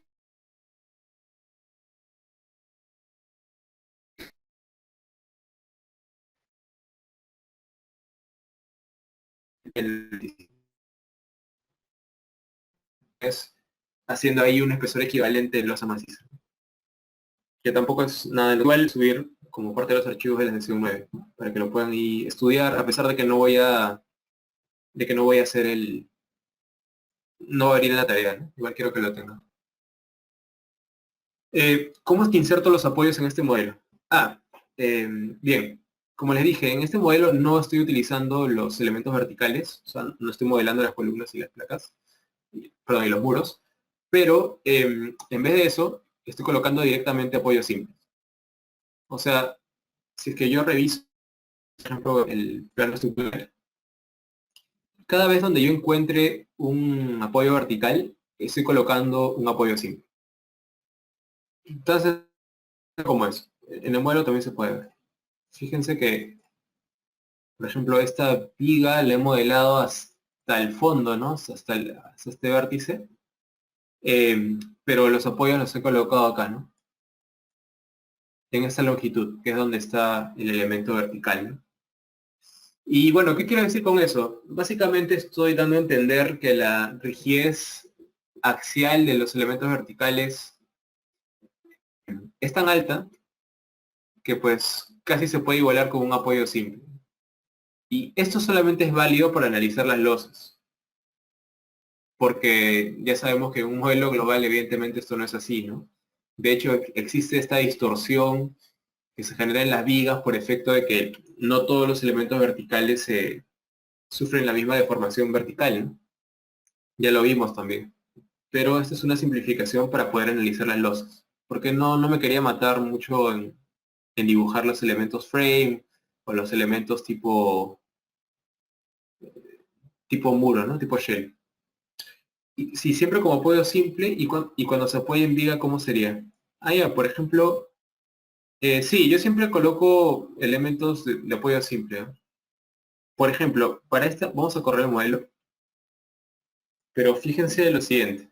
Lo que sí tiene que guardar concordancia son los diagramas de fuerzas internas. Por ejemplo, esta viga de acá, del eje G, ¿cómo es su diagrama de momentos flectores? Debe tener un momento negativo por la izquierda y por la derecha. ¿Ya? Entonces, para yo lograr eso, colocando solamente apoyos simples, lo único que tengo que hacer es extender la viga hasta el fondo y que tenga por lo menos dos apoyos simples, para que internamente se pueda generar un momento a partir del brazo de palanca que se tendría aquí. Entonces, si yo reviso, por ejemplo, los diagramas de momentos flectores de esa viga peraltada, ahí lo ven, ¿no? Tengo el momento negativo más alto justamente en el último apoyo, que corresponde a este borde del muro, ¿no? Entonces sí se está respetando esa distribución de fuerzas. Sí se tendría que respetar. Pero ojo que no he usado empotramientos. No los he usado. Simplemente utilizando más de un apoyo se puede lograr ese efecto, ¿no? Sin problemas. Y no uso empotramiento justamente por esto, porque fíjense que si yo empotrara acá, lo que estaría haciendo es también empotrar la vigueta. Pero por lo que ya discutimos, la viga de concreto armado no tiene la rigidez torsional suficiente para poder empotrar una vigueta, ¿no? Entonces, hay que respetar eso, ¿no? Y en este modelo sí se respeta, porque acá solamente tengo un apoyo simple. Y en este caso estas viguetas están apoyando también de manera sencilla, digamos, tipo corte en la viga peraltada, ¿no? Solamente transmitiendo puro cortante.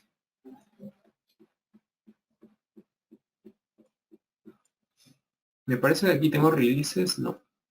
En este caso no tengo releases, pero al haberle puesto la rigidez torsional bajita, funciona bastante bien, ¿no?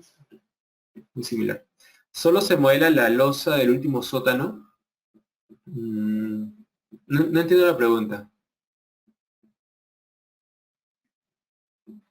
Para efectos de diseño, en realidad se tienen que diseñar todas las losas. No. Se diseñan todas las losas. Si es que tienes un encofrado típico, porque este es el típico, bueno, haré mi diseño del encofrado típico utilizando este modelo. Pero aparte tenemos el encofrado del último piso, ¿no? Que tiene una sobrecarga menor. Entonces, en ese caso, tendría yo que hacer una copia de este modelo y pues reasignar las sobrecargas y también quitarles las cargas puntuales por tabiques, ¿no? Porque en la azotea no hay tabiques. Entonces sí, hay que tener un modelo por cada losa que uno va a diseñar, ¿no? Para el sótano sería otra historia, ¿no? Sí, siempre. Siempre todos sus elementos tienen que ser diseñados, todos. Si es que se pueden agrupar, ya lo vamos a ver con vigas, por ejemplo. se agrupan, pero se tienen que ver todos, o sea, se tienen que revisar fuerzas internas de todos los elementos, sin excepción. Muy bien. Vamos a ver la última consulta de eso. Es en el caso de que sea un tabique paralelo a la vigueta y otro caso en el que el tabique no tenga un ángulo recto, ¿cómo sería la asignación de carga? Ya. Por ejemplo, cuando un tabique es paralelo a la vigueta, lo que se hace es colocar una viga chata. No sé si lo he mencionado anteriormente, pero lo que se hace es colocar una viga chata.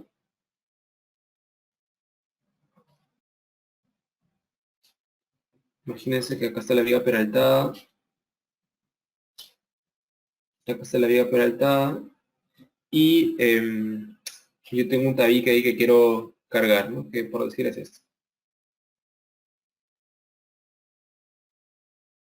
Yo voy a colocar una viga. Entonces yo debajo de esta lo que hago es una chata, ¿no? Es una viga que tenga el mismo peralte de la losa. Y así. Entonces ya ese tabique no se lo cargo a las viguetas, sino que ya un elemento de concreto armado directamente lo carga, ¿no?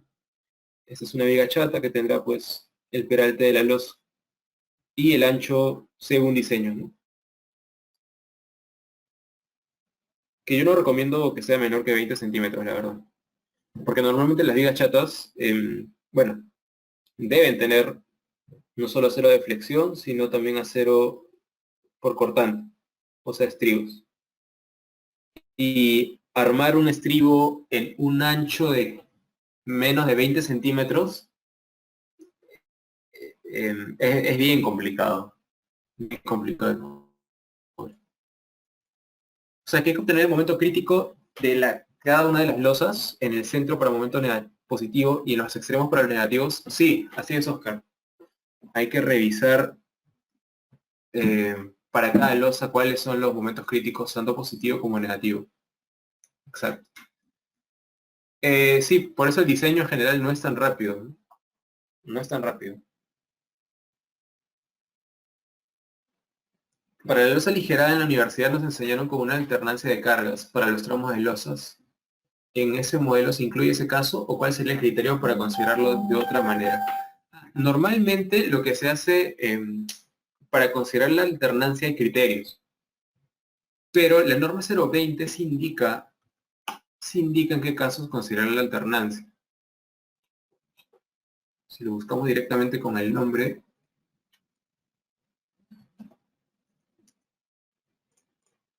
deberíamos encontrarlo. Bueno, parece que aquí no está, pero sí existe una disposición para alternancia. Mm,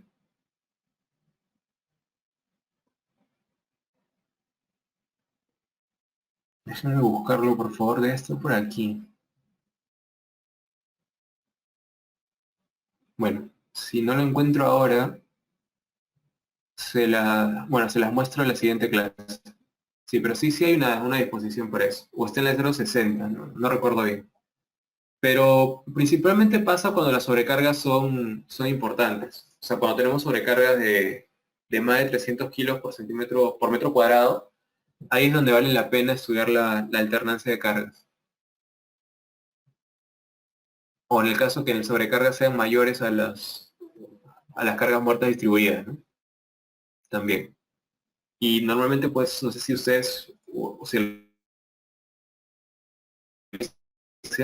pero trata de colocar el set de cargas vivas en diferentes disposiciones, ¿no? Por ejemplo, en un caso, cargar este paño, cargar este otro, y, no sé, cargar estos, dejando sin sobrecarga el resto de esta franjita, ¿no?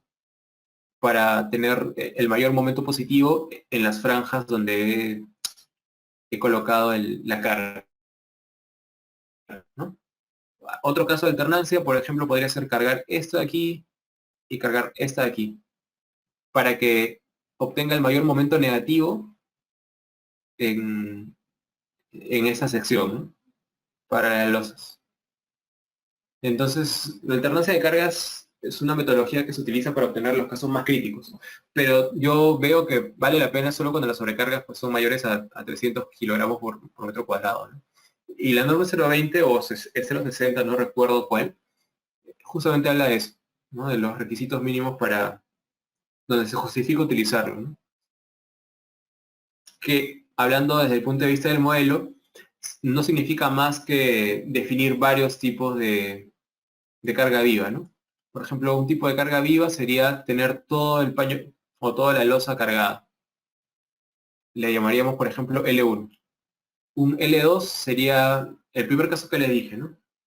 Tener esto cargado como carga con la sobrecarga, este paño y este paño. Un caso 3 sería hacerlo así, en tipo damero, ¿no? Este paño, este paño, este paño, este paño. Y puede haber un montón de combinaciones que se les puede ocurrir.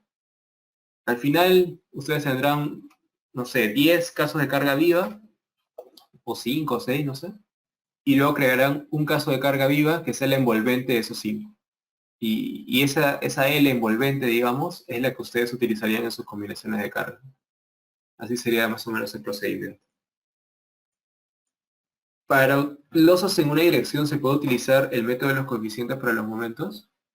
Sí, la norma 060 sí permite utilizar el método de los coeficientes. Sobre todo para cosas sencillas, o sea, para losas, para vigas chatas, por ejemplo. Sí, diría que está bien utilizar esos métodos simplificados. Se puede, pero Oscar, tienes que ver también en tu... Bueno, de hecho, Iván, el método de coeficientes tiene sus limitantes, ¿no? Y por eso es que de usarlo, solamente yo lo utilizaría en losas o en vigas chatas, ¿no? Más que eso no. O sea, no utilizaría, por ejemplo, el método de coeficientes que utilizan los pórticos, ¿no? Porque eso ya me parece demasiado simplificado y casi nunca se satisfacen los requerimientos que indica el método, ¿no? Que es tener pues una distribución de luces más o menos iguales, etcétera. Hay más condiciones que cumplir, ¿no? Y en un proyecto real pues difícilmente se logra eso, ¿no? Entonces, por eso casi siempre se prefiere el modelo analítico realizado en algún programa, ¿no? O si deseas implementarlo en un código de repente, ¿no? En MATLAB puede ser, pero la cuestión es tener el sistema más o menos completo, ¿no? No hacerlo de manera tan sencilla como el coeficiente, si es que tienes un caso sofisticado donde es poco probable que puedas cumplir los requerimientos que te pide ese método, ¿no? Es eso. Bueno, entonces, volviendo al PowerPoint, no sé si quedaron más dudas. En todo caso, el modelo yo se los voy a subir y lo pueden estudiar y cualquier cosa me consultan por correo, no hay problema. Bueno, entonces, pues como les mostraba, ¿no? Con ese Excel se calcula con las fórmulas el A, se calcula el C, verificamos si nuestro C de profundidad de eje neutro es menor que el espesor del ala, y en este caso sí, porque es menor que 5 centímetros, y se procede a calcular el acero requerido, ¿no? Con esta ecuación de acá. Y ya, pues, en este caso el acero requerido es 1,2 centímetros cuadrados. Que, por ejemplo, en nuestra realidad podríamos resolver colocando o una varilla de media pulgada, porque una varilla de media pulgada tiene cero, un área de acero de 1,29 centímetros cuadrados, o podríamos colocar dos varillas, por ejemplo, de 3/8 de pulgada, porque cada una tiene 0,71 centímetros cuadrados. Entonces, las dos pueden ser aplicadas.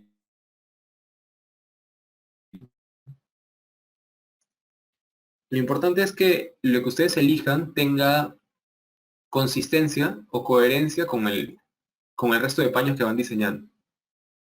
O sea, lo que yo les recomiendo en un proceso de diseño es que vayan calculando todos los aceros requeridos, pero no le pongan ningún diámetro todavía hasta que tengan el acero requerido en todos los paños.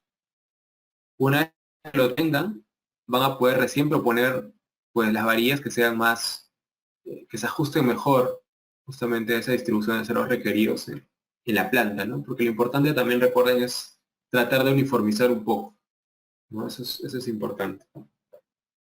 Por ejemplo, vamos a colocarle acá el signo de que se planta. Esto es viga chata.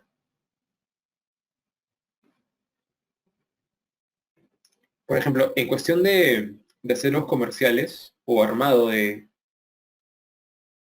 losas, ya sea aligerados o losas macizas, por lo menos en Perú, lo que yo recomiendo es armarlas con estos diámetros. Varía de 8 milímetros o de 3/8 de pulgada, de media pulgada y como máximo de 5/8 de pulgada, pero para utilizar esto, la losa tendría que ser de 25 a 30 centímetros de espesor. Es más, y recomiendo mucho que sea solo de 30. Porque si es de 25, quiere decir que ya estamos ahí como que con las justas, ¿sabes? Entonces, para losas de hasta 25 centímetros de espesor, recomiendo utilizar estos diámetros comerciales. O sea, losas de 20 y 25 centímetros de espesor. Combinaciones de eso. 8 milímetros, 3/8 y media pulgada. Para 30 centímetros, ya ahí recién pueden pensar en utilizar varillas de 5/8 de pulgada. El acero colocado, perdón, el acero asociado a cada varilla es como sigue, ¿no? 0.5, 0.71, 1,29 y 2. Este es diámetro y este es área de acero en centímetros cuadrados. Eso lo pueden encontrar también en cualquier catálogo comercial de aceros. Por ejemplo, en el catálogo de aceros Arequipa, para las varillas de las de grado 60 que utilizamos acá, pueden utilizar o encontrar estos valores. Igual se lo dejo ahí para que lo tengan como información. Por ejemplo, en Chile, ellos no utilizan varillas en pulgadas. En Chile utilizan varillas en milímetros. Y bueno, yo sí les comenté creo al inicio del curso, pero estoy estudiando una maestría ahí. Entonces sí me chocó un poco al comienzo poder hacer los diseños con milímetros.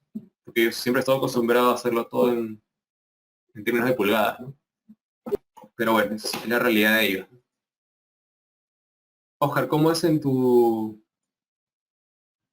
país? ¿Tienen las varillas en pulgadas o en milímetros?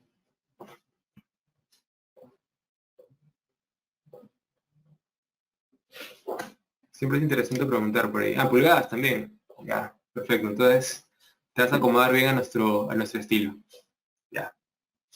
Bueno, muy bien. Entonces, lo que continúa esta presentación. La sección de losa aligerada es mayor. Sí, ya me imagino. Por eso es que losa aligerada convencional acá en Perú se le llama a los que hemos presentado, porque es lo que se utiliza aquí en realidad, ¿no? Pero sí, me imagino que en otros lugares, pues, debe haber soluciones diferentes, ¿no? Como que la realidad de Perú, un poquito, esta losa ligera convencional. Bueno, entonces, esto es en cuestión de diseño por flexión, pero en cálculo de acero requerido, ¿sí? En cuestión de cálculo. Sin embargo, hay controles que hay que hacer aparte del mero cálculo del acero requerido y de las dos verificaciones que hemos dicho, ¿no? Que ya hemos cumplido en este caso. Hay que revisar que se cumpla con el acero mínimo, que se cumpla con el acero máximo. Vamos a ver un poco de las expresiones de esto. Y finalmente les voy a dar una tablita, que es como una especie de resumen de aceros mínimos, aceros máximos. Y vamos a rematar esto con el diseño por cortante. Yo esperaba pues terminar esto hoy día, pero tampoco quiero agotarlos ni agotarme demasiado, ¿no? E irme media hora más. Así que prefiero dejarlo esto para el día jueves. ¿sí? A ver, su sección es de 15 centímetros la vigueta y de 50 centímetros la bovedilla. Y en estacionamientos, en espesor de compresión, tiene que ser de 10 centímetros. Ah, correcto. Sí, claro, es otra realidad, ¿no? Y bueno, de todas maneras, en esa sección, por ejemplo, igual hay que revisar esto, ¿no? Que la profundidad de eje neutro no se pase de la capa de compresión. Eso sí se tendría que cumplir aquí y en cualquier otro sistema que sea de sección tipo T, ¿no? Por lo menos para las losas.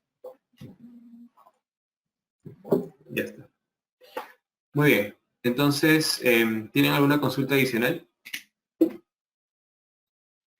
del modelo, de la presentación?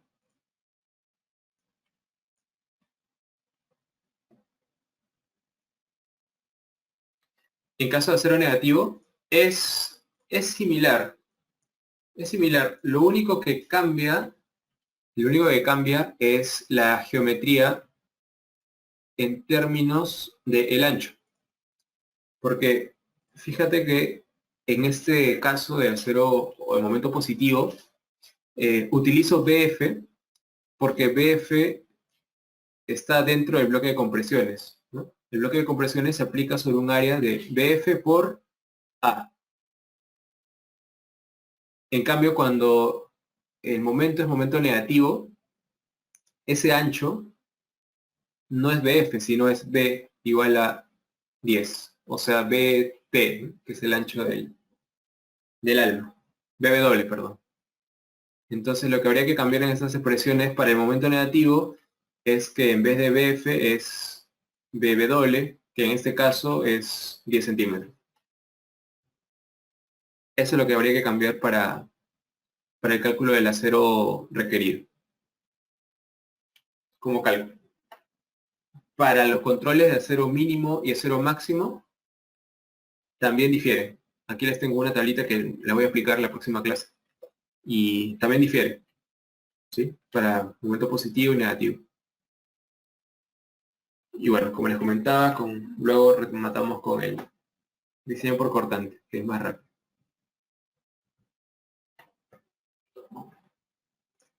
Así es.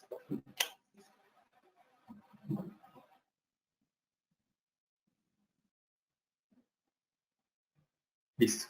Entonces, ¿alguien más tiene alguna otra consulta?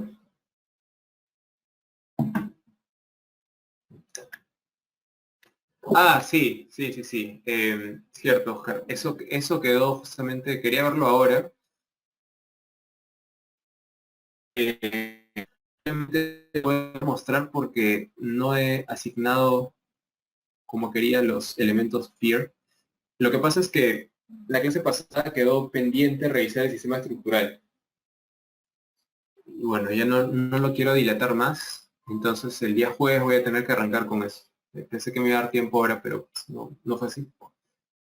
El día jueves arrancamos con esto, antes de seguir dilatándolo, pero les doy un pequeño avance de lo que vamos a hacer.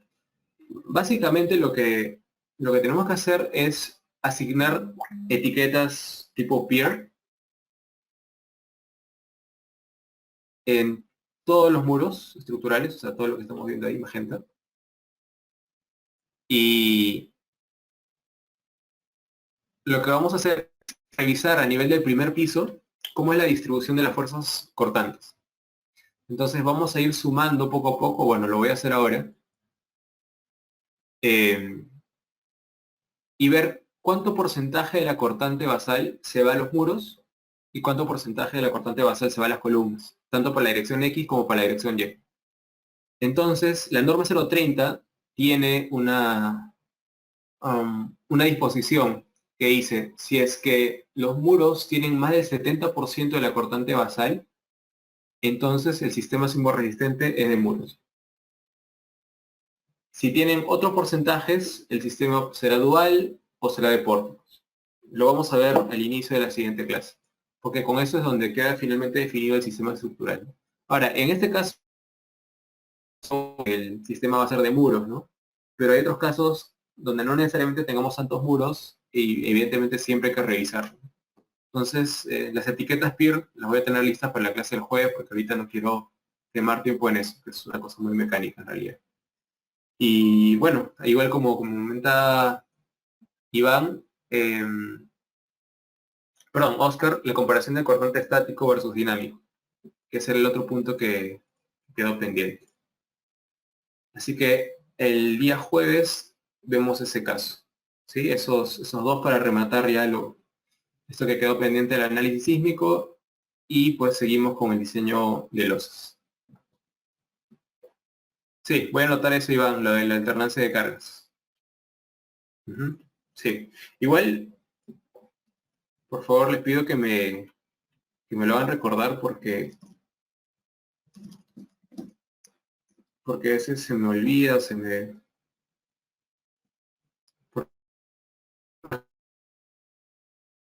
Así que, por favor, les pido que me hagan recordar para mostrarse. ¿Sí? Muy bien. Entonces, muchas gracias por su atención, por la comprensión de haber iniciado la clase a las 9 y por quedarse incluso unos 12 minutos más de lo planeado. Nos reencontramos el día jueves para rematar estas dos cositas de análisis sísmico en unos 15, 20 minutos y el resto de la clase terminamos de ver el diseño de los. ¿Sí? Nos reencontramos el día jueves. Muchas gracias por su atención.